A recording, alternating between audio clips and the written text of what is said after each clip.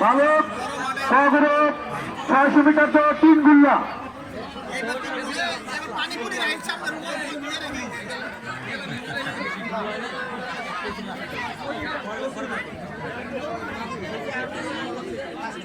আমি রেজাল্ট তৈরি করার জন্য মাঠের মধ্যে চলে যান। এই জায়গাটা আপনি ছেড়ে দেন না কেন?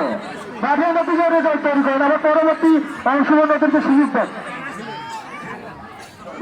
বিজয় মঞ্চের কাছে যান। প্রথম স্থান, দ্বিতীয় স্থান, তৃতীয় স্থান যারা অধিকার করেছে তাদেরকে বিজয় মঞ্চে যাওয়ার জন্য অনুরোধ করছি। তাদের নাম তিনটা পাঠিয়ে দেন।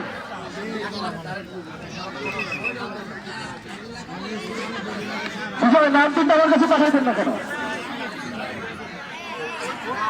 বালক সগরব 3 গুল্লা।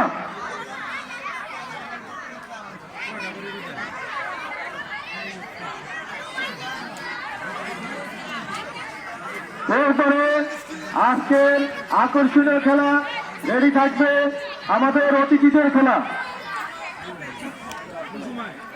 আমাদের অতিথিদের খেলা পুরুষ 1000 মিটার দৌড়